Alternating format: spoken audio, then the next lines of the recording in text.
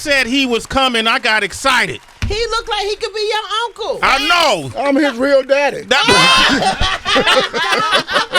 Slate Wallace. And we always have something in common. I didn't know that was it. Yeah, now you know. I'm your daddy too. I'm everybody. Wait. Hi, Daddy. Papa was Rolling Stone. I'm around here. Hi, Wait. Daddy. Ain't got no money. Let's go back Bye, on Daddy. that. Come on, man. Come on, Hi, man. Daddy. I've been watching this man for decades. He's an amazing orator. He's an amazing historian. He's an amazing activist. You could hear his activism through his skill set. I remember watching him on the Johnny Carson show, watching him on Late Night with David Letterman. We watched him on The Wash. We watched him get the American Comedy Awards 1995 Best Stand-Up Comedian. We watched him on Lil Nicky as well, Heather B. We watched him on Think Like a Man, and we continue to watch him as we read Laugh It Off, the book that he wrote. This man is amazing on so many levels, and his energy is just unmatched. I want to welcome him home. George Wallace is Thank here, you so much. ladies. What a pleasure to be here. I'm feeling good. When they said Swain, I said, gotta be there. Listen to me. I met him 35 years ago. That's true. Wow. He had no hair. It's the other way around. Right. But it's a pleasure to be back with you, and it's an honor to be with you here in my city, New York City. Yes. I just love it. I mean, this is a bag I got from the hotel. Oh, really? I had some fruit. Let me tell you, I'm taking every damn thing I can out of this hotel. You got the free bag. I'm joking. This ain't free. This $10. This is your leftover bag from food. I'm gonna tell y'all something. Y'all got some tissue in here because you're gonna need to wipe your butt. Oh, wait. Wow. What do you mean? In public?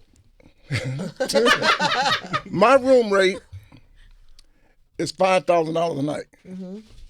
Oh, y'all New Yorkers, that don't mean nothing to y'all, huh? No, I'm just looking at you. Why are you paying that? Like, what are you doing? They put me up in this hotel. Tax is $500 a night.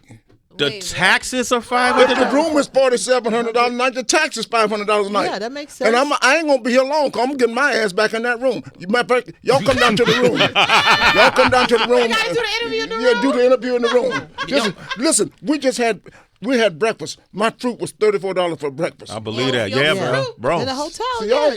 y'all used to this stuff in New York City. I mean, he's looking at us like we should be shocked, and we're like, yeah, that's about it. Yeah. It's amazing. And you know what? I'm back here. I can even talk because, you know, if you say something stupid, I'm going to pick up on it.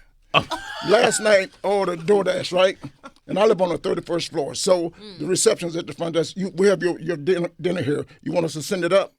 I said, no, you eat it, you stupid. Why would they ask you want us to send it up? Yeah. You can't say stupid stuff like that to me. I'm going like, this is stupid. And I got in the Uber to come here, and I closed the door, and the guy says, you ready? I said, that's why I closed the damn door. Let's go. They do say that, though, the Ubers. They always say that, Yeah. are you ready, right? Yeah. But, George, you've been performing for how many decades? 48 years. 48 years, man. Come 48 on. years. Wow. I'm going to tell you something y'all don't know. First of all, thank you for playing that car wash when I came in here. Yes. Because most of the kids know me as Mr. Wash from the second movie, The Wash. From the second movie, Snoop Dogg and Dr. Dre. And Eminem. Yeah. Yeah. Did you hang out with him? Yes, he was a great kid at the time. He was awesome, and it was just great to hang out with him because I don't know anybody, you know? Yeah. I know that's the first time I got high. I know that. Okay. I wasn't near Snoop, but I got high. You still got a high? Snoop was around the corner. You could smell that stuff around the corner. Just like it was really good doing this movie with all of these comedians. So what I want to do now, Bill Duke is still alive. Okay. Antonio Vargas is still alive. Yep. I want to write a new movie, a new car wash movie. Oh. And I want to have us from The Wash, and then I want the new kids like DC Young Fly and these young kids come on, put them in it. So it'll be like 3 generations of comedians doing another car wash. Beautiful. Wow, that's amazing. And this new TV show coming up, I own a car wash, and this new TV show, I don't know whether I got to see a clip of it. Clean Slate, but I own a car wash. Laverne Cox. Look at that. You want to know? You want to hear where the story started? Yeah. Please. I wanted to reboot Sanford and Son. Now, basically, what did I want to hear? That's all I Quincy want to hear. Jones composed that. Did he really? You know what? You know everything, don't you? No, I don't. Yes, you do. But in the case, She knows all. Hey, George, she act like she does. What? she does. That's cool. And you should know everything. You're sitting with him. Between the 2 of you, between the 3 of us, we do. Between the 4 of us, we know everything. See, you're young. Let me finish telling this story, y'all. Okay. Hey, Sway, before I forget it. because I didn't take my medicine, my Prevagen this morning. Listen, I wanted to reboot Sanford and Son, and I went to the late great Norman Lear. I said, I want to reboot Sanford and Son. He said, that's the only one we haven't rebooted because that's great. That's an iconic show. Yeah. He says, we can't do that unless you come back with a twist.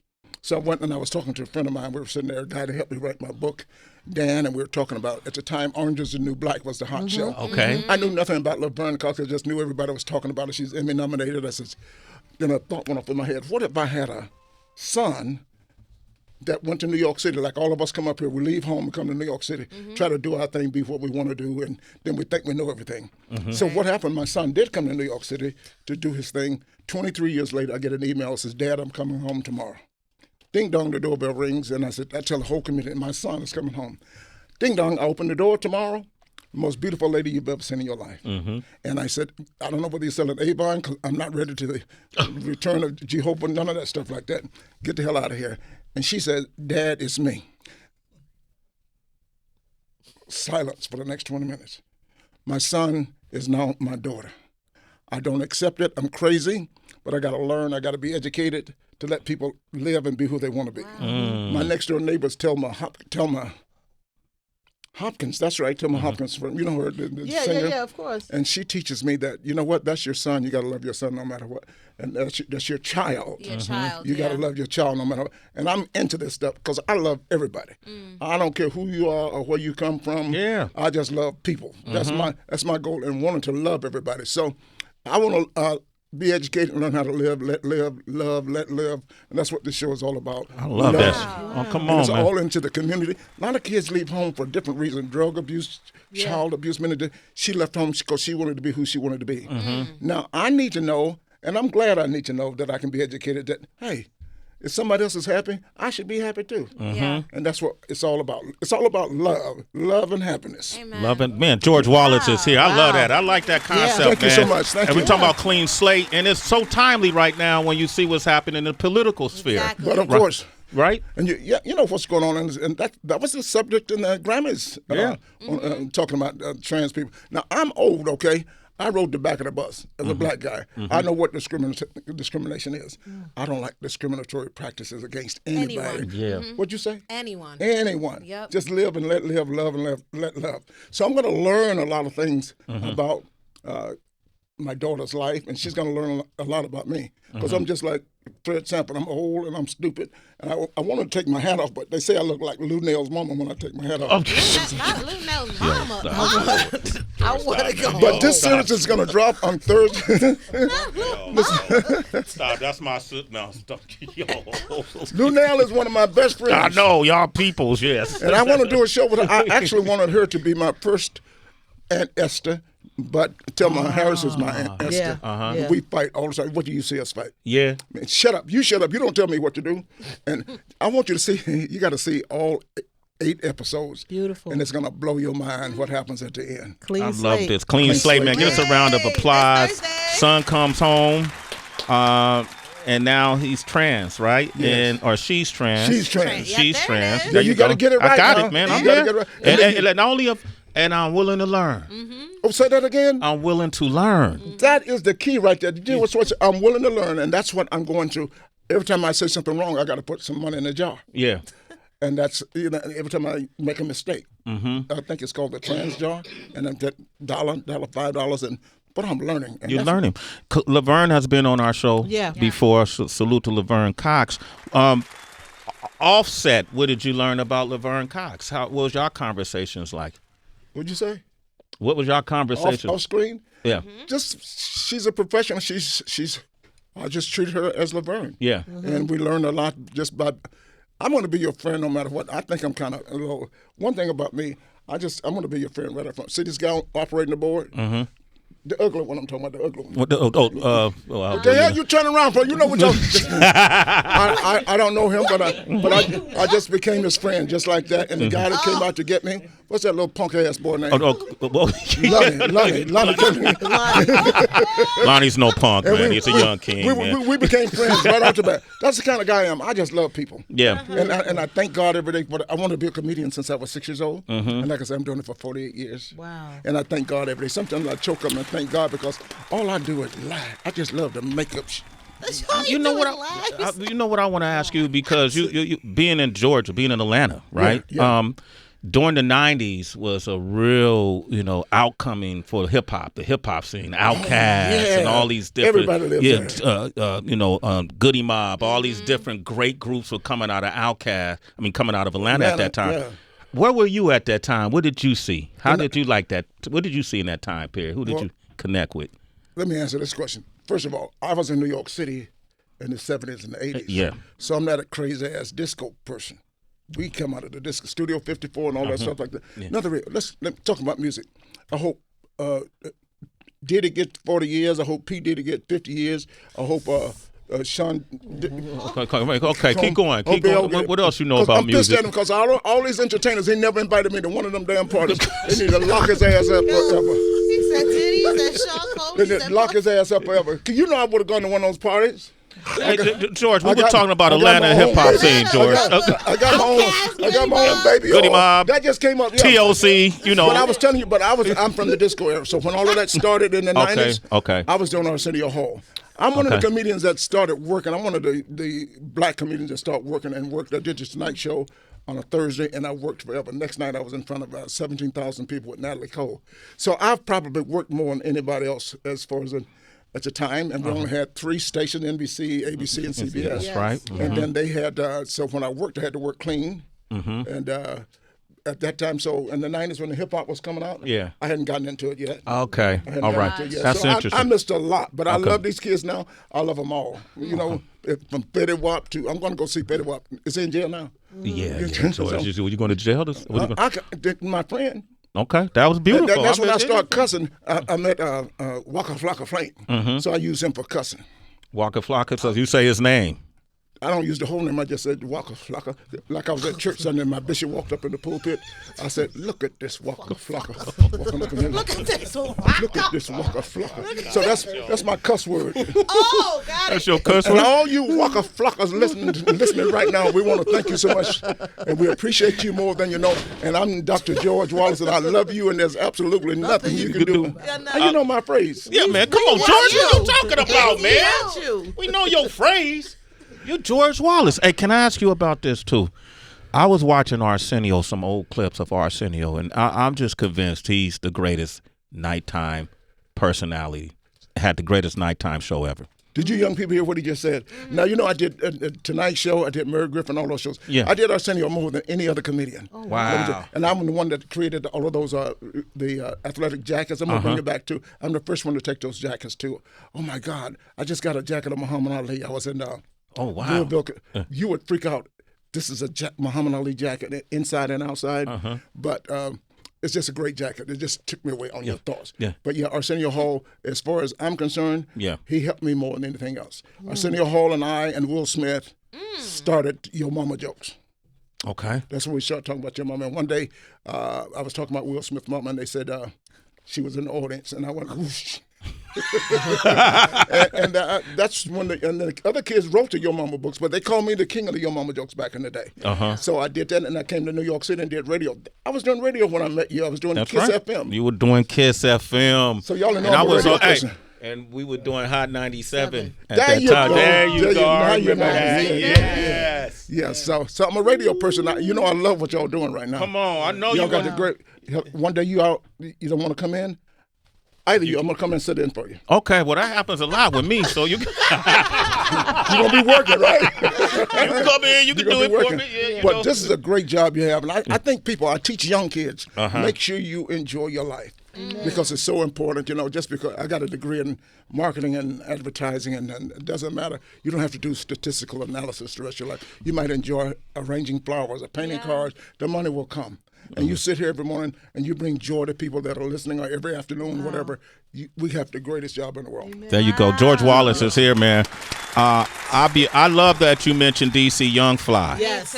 You know, there's Crazy. a lot of amazing young comedians out there. He is one of the greatest. I did 85 South with him. Yeah, 85 South. Very incredible. So I'm getting in with the young people now, and they call me Uncle G. You know, so and now it's happening. and with this TV show, I'm just so blessed to have fun and working with the young comedians and some of the older guys don't like the young comedians because they went to social media and they became famous.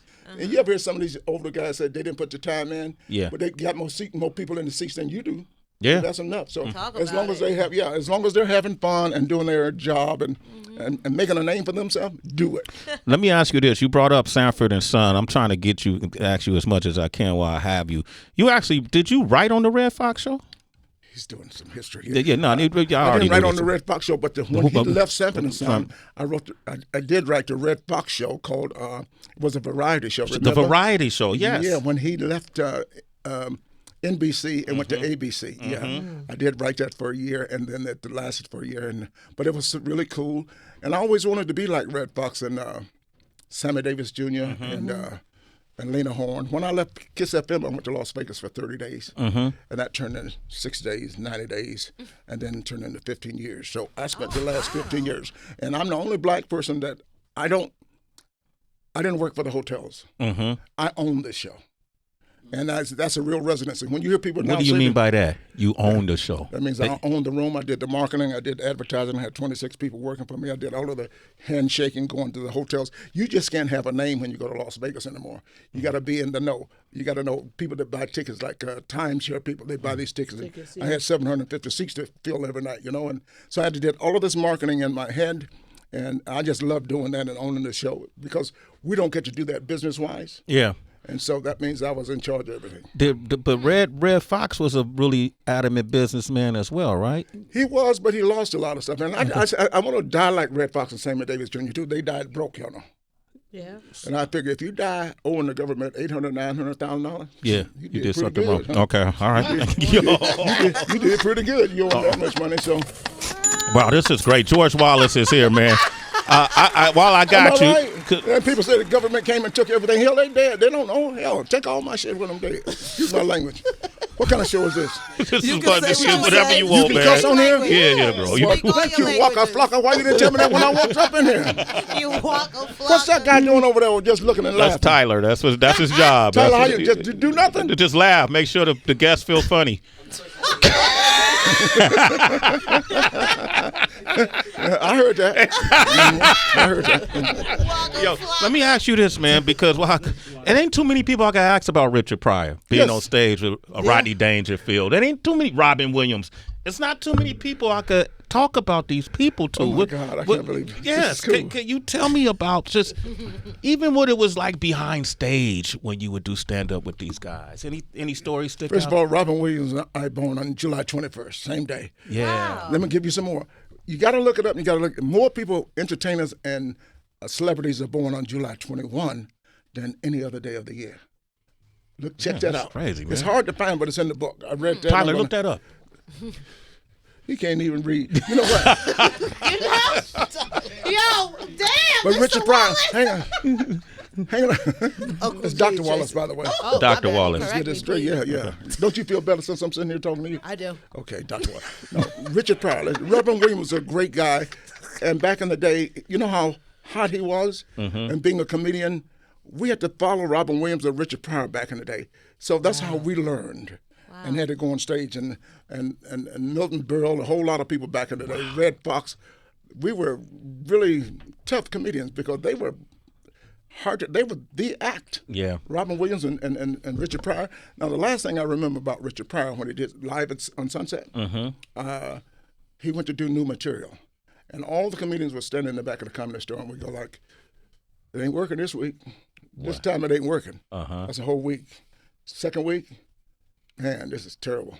This is terrible. Third week, well, at least it's not as bad as it was the first 2 weeks. The fourth week, we're going, well, it's getting better. 5, 6, 7, 8, 9 weeks. Live on Sunset.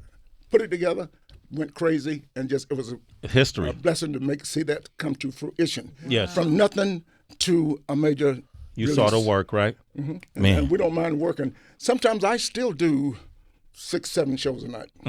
What? In New York City, running the clubs from Gotham to the Cellar. My goal is to do 10 shows a night here in New York City. What 10 What time shows? does the night end?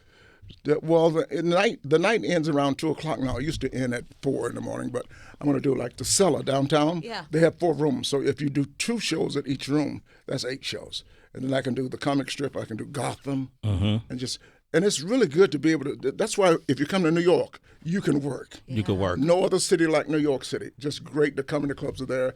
And it's just joyous to take my legal yellow pad. I have never been without my yellow pad this morning, y'all. And I keep my new jokes on my yellow pad and try out new material. So I'm the one that started this in 1993 to go out with my pad. Okay. And I said, I'm going to do some new jokes. They might be funny, they might not. Okay. And then I would do a joke. And I That's said, right. number Deion one, Cole does that now. At least you know. At least somebody called me one day. I did George Lopez. I said, "You stole that from Deion Cole." Yeah. I said, "Check your history. Check all of the photos in Los Angeles, and you see George Wallace out there." And I did tell you, joke number 1 worked real good. Joke number 2 worked real good. Joke number 3 needs work. Joke number 4. Joke's funny, audience sucks. That's when they go crazy. That's when they go crazy. They love that. And I would do that, and then next thing you said, go back. I would try to go to regular material. Go back and do the new jokes. They love that, and I enjoy doing that today. George Wallace is here. Dr. George Wallace is here. Oh, hell, I forgot myself.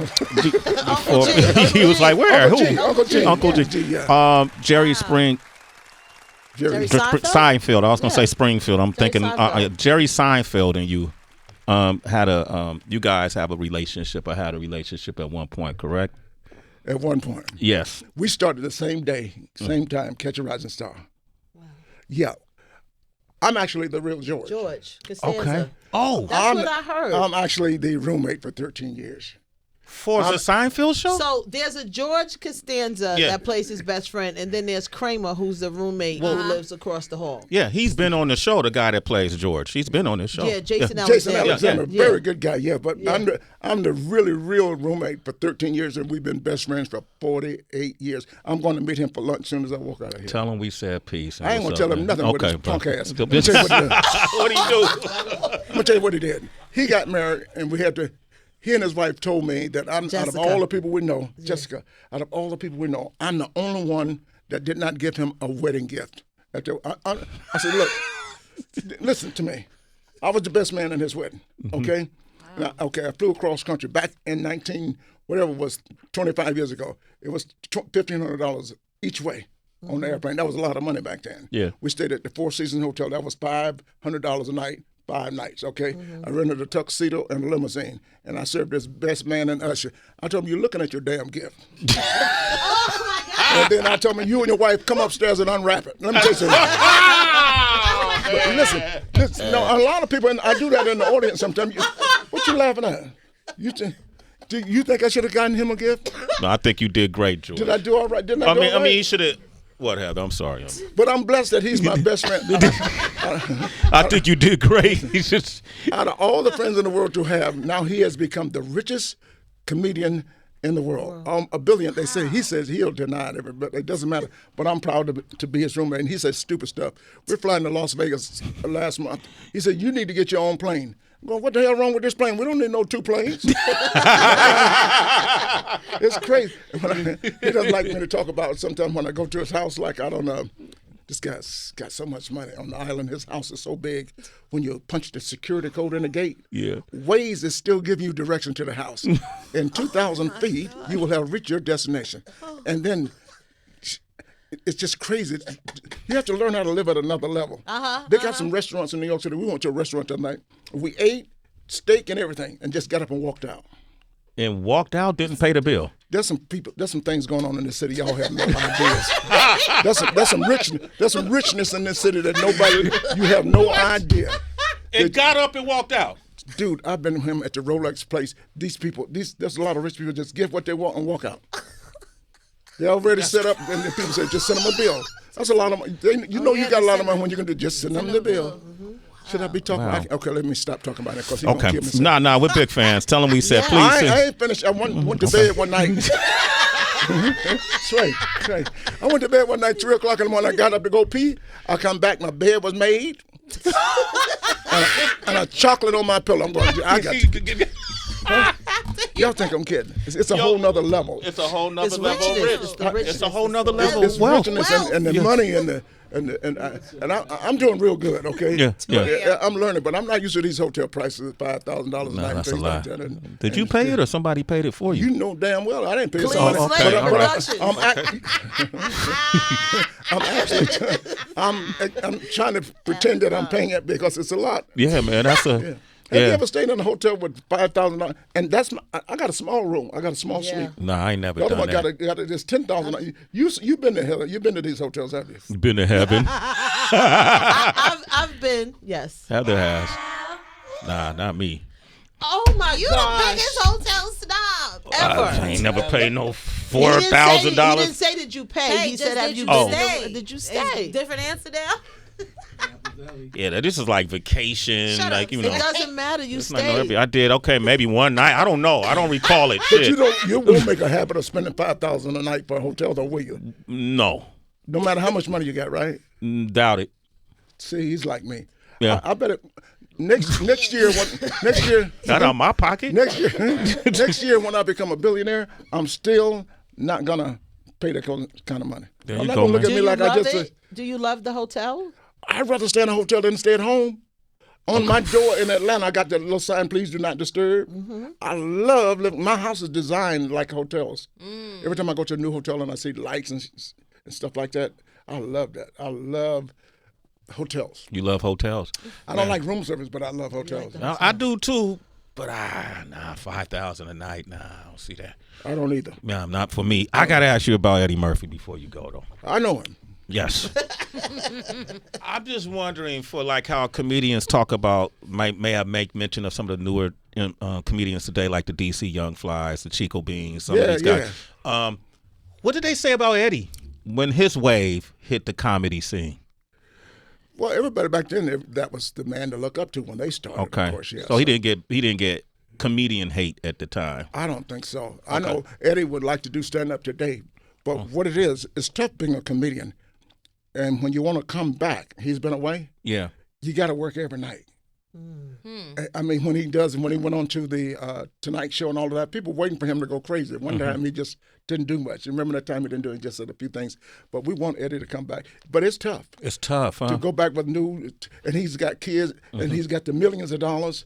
You can't go down to the cellar every night when you got that much money and waiting you trying out new jokes like that. And so, but we hope he does it.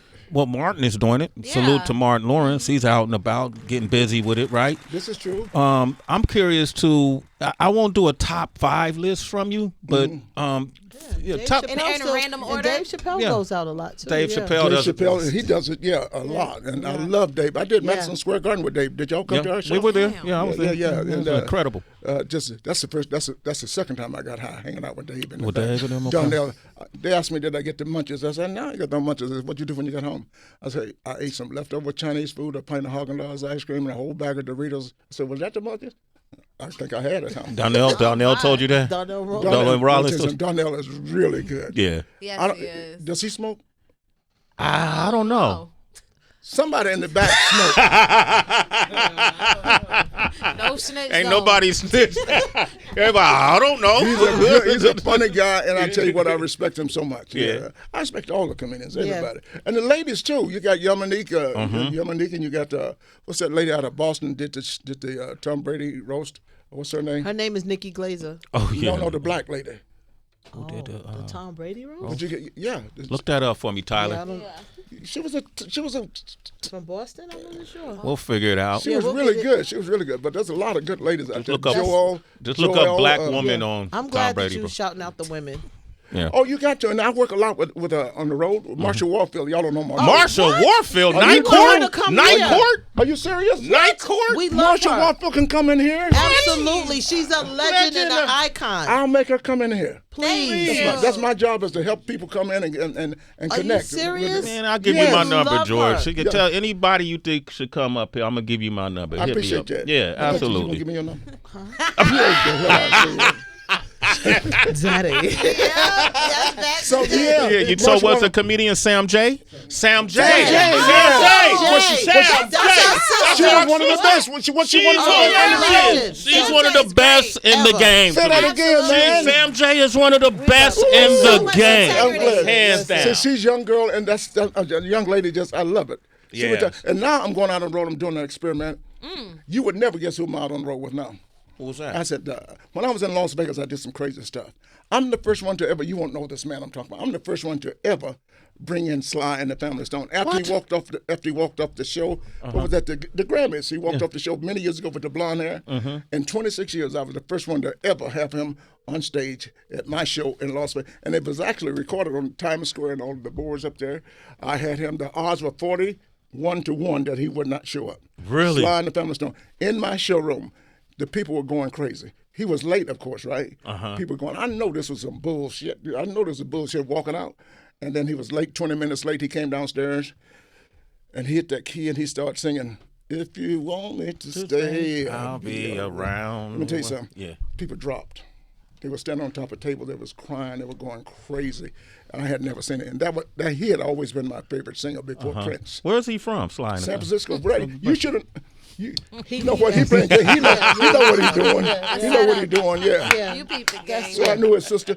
I wanted him. I said, Sly, you should come back. I think he got some money back on the record deal. Yeah, but I wanted to bring him into Las Vegas. I said, you should just come there and get a home and just stay. People would love to come hear your music, and because it's still good. Yeah, absolutely. We play songs here too, bro. I know. Yeah. You got real music. That's what we do, man. Hey, man, we can't talk all day. As much as I wish we could. But I want to say, man, you're an icon. Yes. You're an icon, brother. I know I'm blessed. I know I have one of the best jobs in the world. I do know I'm blessed and be able to Let me say it to you, man. You're an icon, and you're a treasure. You're a national treasure. Because from the time you was born, what you've experienced in this country, in this society, and how you've been managed to interpret it through your comedy through all these years and remain relatable, in tune, and in touch. Thank you so much. Salute to you, George Wallace. That's what I teach the young kids. Don't worry about being on top. Yeah. Just stay on the mountain. Be on your way up the mountain. Yeah. You don't have to be on top of. Everybody on the top of the mountain comes with a little problem. That's right. We don't know nobody from Dr. King to J.F. Kennedy to Richard Pryor to Michael Jackson, Prince. Everybody on top. There's always some kind of trouble somewhere. Something follows you. So I'm on the mountain. There you go. Stay on that mountain, man. You met all those names you named, huh? Yeah, I know them all. Yeah. It's a blessing, right? Yeah. Sometimes I don't realize how blessed I am. I was at Dr. Martin Luther King's funeral. Wow. I met and hung out with Muhammad Ali several times. I've done a lot. President Jimmy Carter, Barack Obama. I've done a lot. You've done a lot. What did you and Muhammad Ali hang? When I wrote the Red Fox show, he came in. He came straight to me. I'm the greatest of all time. I told him I beat Joe Frazier, Ken Norton, put them all. And then one day he was on Sunset Boulevard standing there by himself. Now, this is a great man. This is probably the greatest man in the world. Sometimes when I describe him, I also say one of the greatest comedians that ever lived. You have never met Muhammad Ali without a smile. Yeah. Always do. And the orator, you're talking about, could talk, never went to college, but could talk to kings and queens everywhere, and stuck to his word, didn't go because no Vietnamese never called me nigger. He said, my problems is right here with you people. Oh, man, I love that because I was about his age at the time, and I just thought that was so cool, man, because I didn't want to go to war either. I didn't want to kill people. I'm not into killing and stuff like that. Yeah. But Muhammad Ali was just great. He was great. What about Michael Jackson? I met him only once. Okay. I mean, he lived in Las Vegas. I tell you what, I went to the same doctor. He went to Dr. Murray. I went to that doctor. Ooh, you ever have that propofol? You had a colonoscopy yet? Yeah. You got the propofol? That's some good stuff. I'm not gonna get into this combo with you, but go ahead. I know why Michael did it. Michael did it to himself, but ooh, that propofol is good. If I ever have a terminal disease, I want them to give me some propofol and just let me ease on out here. You ever had the propofol yet? Nah, man, it ain't something we all try it. No, but if you go to the doctor and you get a procedure, they have to put you out. Yeah. Eventually, you're going to have it when you have when y'all what the thing when y'all have a member, they don't put y'all out because I hear the machine go plank plank plank just come out looking like a pancake once they finish. Dr. Wallace. Uncle G. Well, that's Zeddy. Let's give this man a round of applause. George Wallace, citizens, man. Thank you, man. We love Tomorrow you, brother. night.